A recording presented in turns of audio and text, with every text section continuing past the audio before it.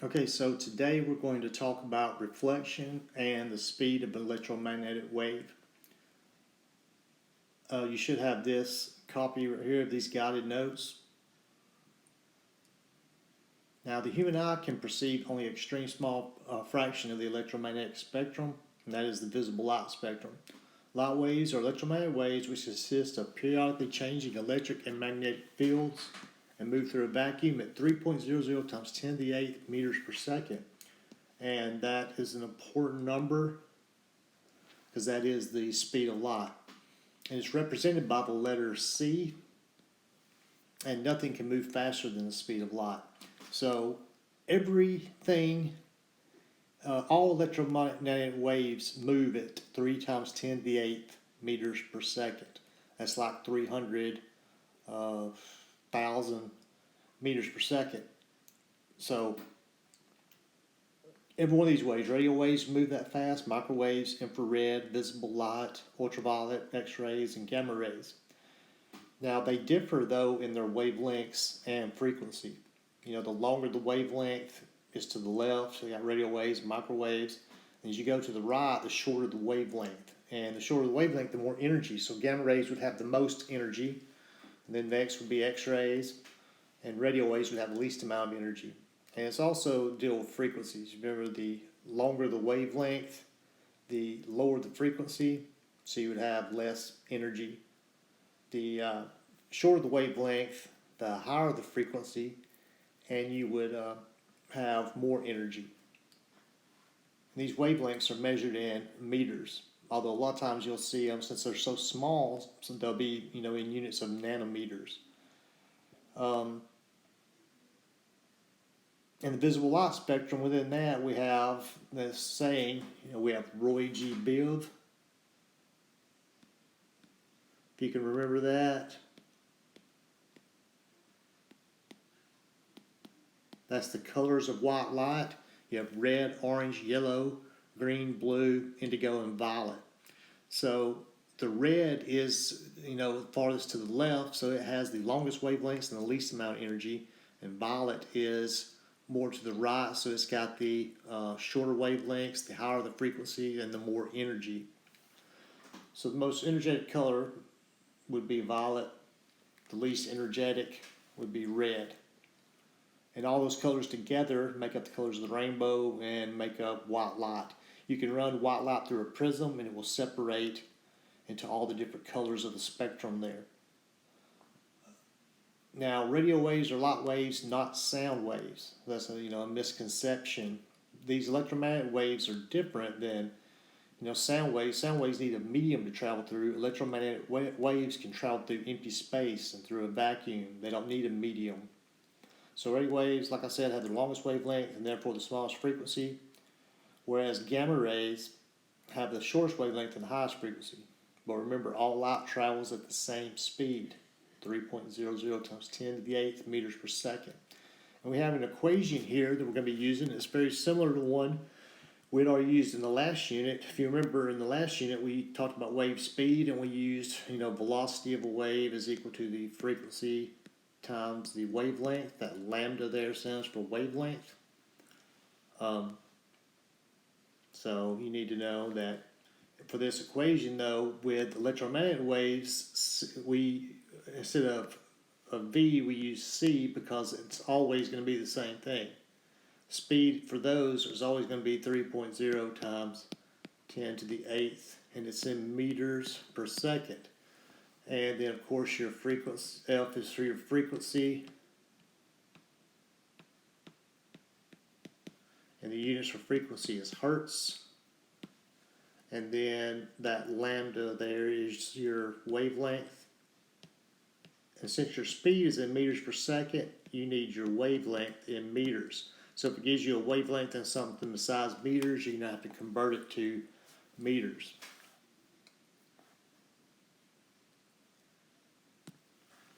All right, so if we look at some example problems. If we look at our first one, it says a beam of light with a frequency of 5.45 times 10 to the 14th hertz travels in a vacuum. Calculate the wavelength. So the equation I'm going to use is C equals F times the wavelength. So I already know what C is going to be. It's going to be the same for all these problems. So I'm plugging in my equation. This would be 3.0 times 10 to the 8th. That's for C. And that equals, my frequency is 4.45 times 10 to the 14th. And times my wavelength. Now, to solve for wavelength, to get it by itself, I need to divide both sides by frequency.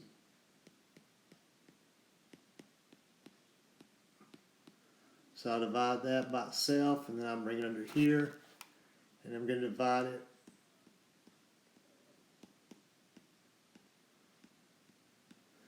Now, the easiest way to do these is to put them into your calculator. When you punch them into your calculator, especially if you use those calculators in mine, you would need to put these in parentheses, or otherwise it's going to do your order of operations wrong. If you have a number in scientific notation, you need to put it in parentheses. So you would punch in 3.0 times 10, and after you do put 10 in, there's a little symbol on your calculators. It's like an upside, like a triangle without the last leg there. So like that there, that means raised to. So you type in 3.0 times 10, that little symbol there, and then to the 8th, and then close parentheses, divided by, and then parentheses, 5.45 times 10 to the 14th. And it'll do the order of operations wrong if you use parentheses, but you have to do that. But there is a way of doing this, without using parentheses. What we would do is we would take, and it's a way of checking it too to make sure your calculator does it right. I'm going to take 3.0. If you remember, when we divide by scientific notation, our exponents we subtract. But I'm going to take 3.0 first and divide it by 5.45. That gives me 0.55.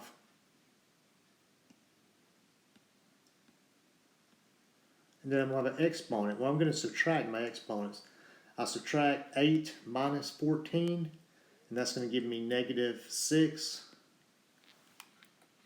But this is not correct scientific notation. If you remember scientific notation, we need the number, our first number here, to be between 1 and 10, and 0.55 is less than 1. So I would want to move my decimal to the right. And if I move to the right, that becomes 5.5, which is the correct scientific notation because it's between 1 and 10. But it's going to change my exponent. If I move my decimal to the right, I'm moving negative places. If I move to the left, I'm moving positive places. So I'm moving it to the right one place. I'm moving it one negative place. So negative 6 would become negative 7. So it would be 5.5 times 10 to the negative 7th. Would be the correct answer. Now, if you punch this in your calculator and you use your parentheses right, it will give you the correct answer. It should give you a correct answer in scientific notation, 5.5 times 10 to the negative 7. But you can always do it by hand. All right. Our next problem says, determine the frequency of a light wave that has a wavelength of 700 nanometers. Now I'm given something in nanometers. That ain't what I want. I want meters. Now, a nanometer, to convert from meters to nanometers, you need to know 1 meter is equal to 10 to the 9th nanometers. All right, so if I'm going to change nanometers to meters, what I would want to do would be to divide by 10 to the 9th. All right? So to do this, and all the problems I think I've given you, you won't have to convert this. But, to convert that, if I had nanometers, if I had 700 nanometers, that'd be times 1 meter over 10 to the 9th nanometers. My nanometers cancel, and pretty much I'm just dividing by 10 to the 9th. That 700, to make it easier on me, the way I would handle this is to put 700 in scientific notation and then divide it, since I don't have my calculator that I have on my iPad here doesn't do things in scientific notation good. I can put 700 nanometers in scientific notation. If I move my decimal over 2 places, that'd be 7.00 times 10 to the second power. If I divide that by 10 to the ninth, my wavelength would become just 7.00 times 10. And remember, I'm going to subtract my exponents. That's 2 minus 9 becomes -7. That's going to be my wavelength.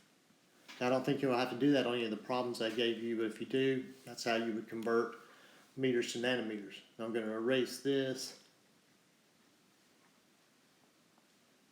and know that my wavelength is equal to 7.00 times 10 to the -7 meters, because that's what units I need. And I want to find my frequency. I'll go back to my equation. C equals F times wavelength. Plug that in. C is equal to 3.0 times 10 to the 8th. That's equal to, frequency times my wavelength, which I found to be 7.00 times 10 to the -7. To solve for frequency, I need to divide both sides by this, 7.00 times 10 to the -7.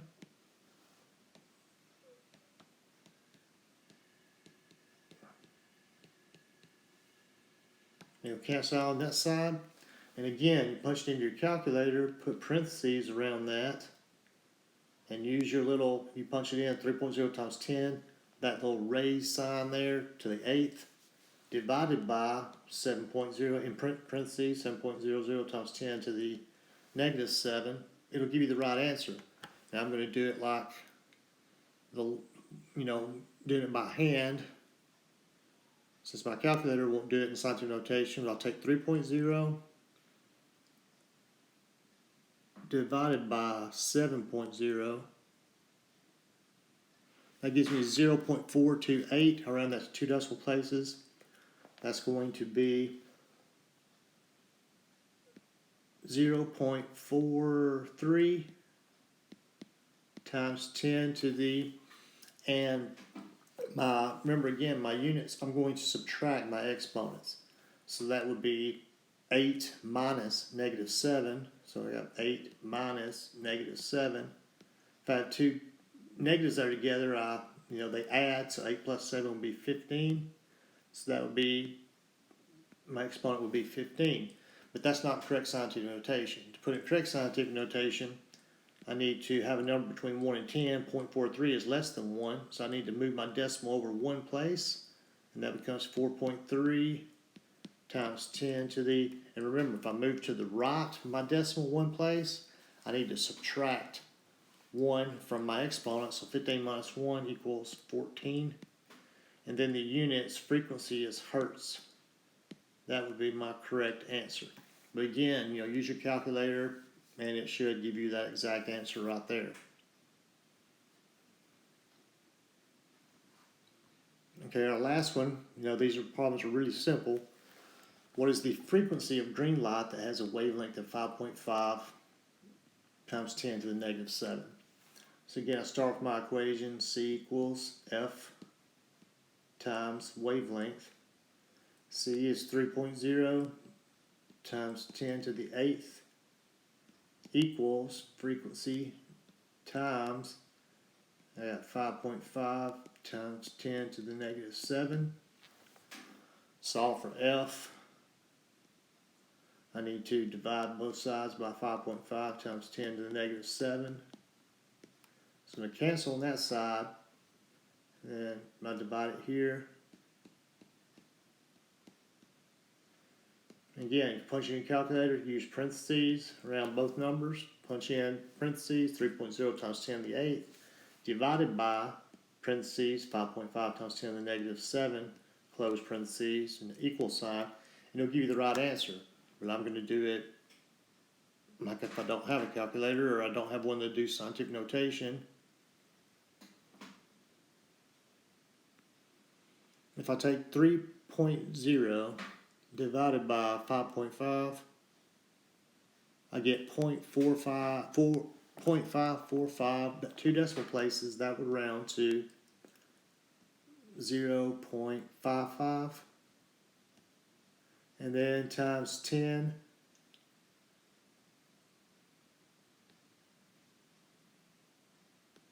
and again 8 plus -7 would make that 8 plus 7. If I subtracted 8 minus -7, so I'd add them, those two negatives make it be positive, and that would be times 10 to the 15th. I'm not in correct scientific notation though. I need to take my decimal and move it over one place, and that becomes 5.5 times 10. I moved it to the right, so I'm going to subtract 1 from my exponent, which was 15. 15 minus 1 is 14. Again, frequency is measured in hertz. So to review, I use my equation when I'm working with electromagnetic waves. They all move at 3.0 times 10 to the 8th meters per second, which is the speed of light. I use that equation C, since C equals F times wavelength. And I just solve for my unknown. And my C is always going to be 3.0 times 10 to the 8th. When using a calculator, make sure you use your parentheses, or it will do your order of operations wrong and it will give you the wrong exponent.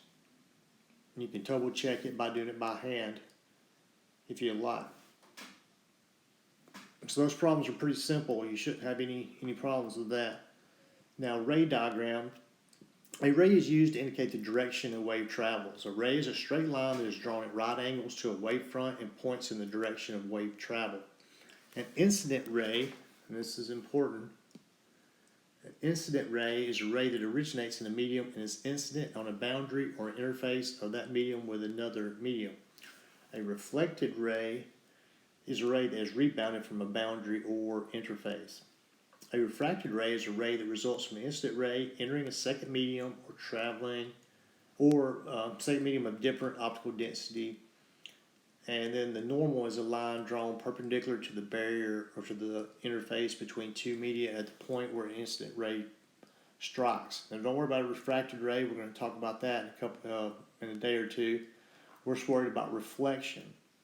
All right. So if you have some kind of surface, some kind of mirror, and you have a ray coming in and it strikes right there, that would be your incident ray. That's your first ray. And when it reflects off that, that would be your reflected ray. This works with mirrors. And then the normal is what's drawn perpendicular to the surface. So that line right there would be your normal. And that's how reflection works. Now if you look at this diagram, it's the same thing. See, your incident wave or your incident ray is the first ray before it strikes the surface. When it strikes the surface, it is a reflected ray or reflected wave. And then your normal is drawn perpendicular to that surface, that dotted line there. And there's something called the law of reflection. And what it says is at whatever angle the incident ray hits, that's called your incident angle, this angle right here.